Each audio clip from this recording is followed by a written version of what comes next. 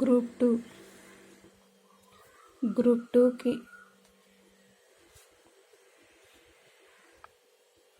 Prepare అయ్యే వాళ్ళకి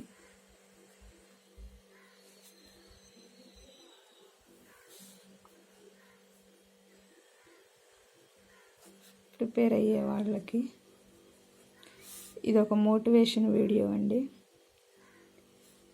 ఈ గ్రూప్ టూకి ఎవరైతే ప్రిపేర్ అవుతున్నారో, మనం చదువుతూ ఉన్నప్పుడు కొన్నిసార్లు మన బాడీ సపోర్ట్ చేయక, మనకున్న ఆలోచనలు బట్టి, మనకున్న ఫైనాన్షియల్ ప్రాబ్లమ్స్ బట్టి, మనకున్న ఇంట్లో పరిస్థితులను బట్టి మనం డీమోటివేట్ అవుతూ ఉంటాం.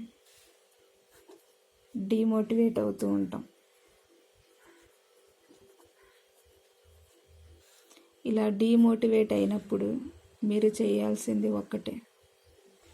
ఎవరైతే నీ వల్ల కాదు అంటారో, ఎవరైతే నేను అవమానించిన వాళ్ళు ఉంటారో, నీ దగ్గర ఏమీ లేదని మిమ్మల్ని వదిలిపెట్టేసిన వాళ్ళు కూడా ఉంటారు.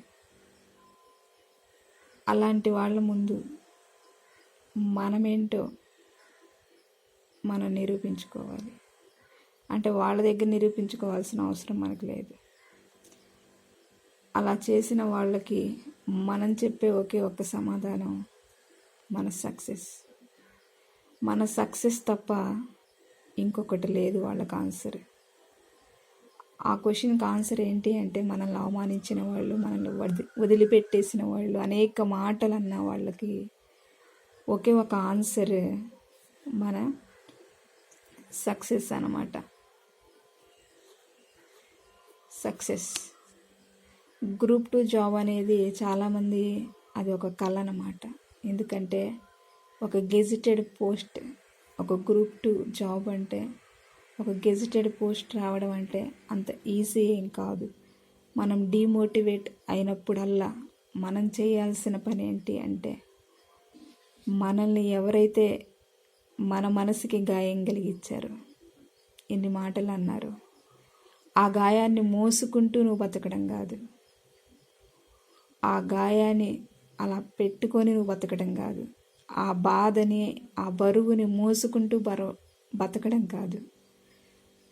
ఆ గాయం, నువ్వు పడే ప్రతి బాధ, ఎప్పుడైతే నువ్వు ఆలోచిస్తూ ఉంటావో, బాధపడుతూ ఉంటావో, ఆ ప్రతిసారి నీ సక్సెస్కి ఒక్కొక్క మెట్ అవుతూ ఉండాలి. అది నువ్వు ఆలోచించుకుంటున్నావు, బాధపడుతున్నావు, అది నీ సక్సెస్కి ఒక స్టెప్ అయి ఉండాలి. అట్లా వాళ్ళు అవమానించిన దాన్ని, మనల్ని నిందించిన దాన్ని, మనల్ని విడిచిపెట్టిన వాళ్ళ ముందు అవన్నీ గుర్తు తెచ్చుకుంటూ ఏడ్చుకుంటూ బతకడం మన జీవితం కాదు. మన విలువ తెలియని వాళ్ళ కోసం మనం టైం వేస్ట్ చేయాల్సిన అవసరం లేదు. ఇది ఒక్కటి గుర్తుంచుకోండి. మన విలువ తెలియని వాళ్ళ కోసం మనం టైం వేస్ట్ చేయాల్సిన అవసరం లేదు. నీ సక్సెసే వాళ్ళకి ఆన్సర్. నీ ఇంట్లో పరిస్థితులు కావచ్చు, అవి ఏవైనా కావచ్చు, నేను వెనక్కి లాగుతూ ఉండొచ్చు. కానీ ఒక్క 6-7 నెలలు నువ్వు కష్టపడ్డావంటే, 6-7 నెలలు నువ్వు కష్టపడ్డావంటే, నీ ఫ్యూచర్ ఎట్లుంటుందో కూడా మనం ఊహించలేమన్నమాట. అంత పీస్ఫుల్గా, హ్యాపీగా వెళ్ళిపోతుంది. సో ఎక్కడ డీమోటివేట్ అవ్వద్దు. అయినప్పుడల్లా ఆ బాధను గుర్తు చేసుకుంటూ ఏడ్చుకుంటూ కూర్చోవద్దు. ఆ బాధే మీకు ఒక ఆయుధం కావాలి. ఆ బాధలో నుంచి వచ్చే ఆ పెయిన్ ఏదైతే ఉంటుందో, అది మీరు ఆయుధంగా మార్చుకొని మీ సక్సెస్కి స్టెప్ బై స్టెప్ అది పైకి వెళుతూ ఉండాలన్నమాట. దయచేసి ఎవరు బాధపడుతూ కూర్చోవద్దు. మీరు పడిన బాధలు, అవమానాలు, నిందలు, మీ మనసుకైన గాయాన్ని మీరు ఒక ఆయుధంగా మలుచుకొని మీ సక్సెస్కి రీచ్ అవ్వండి.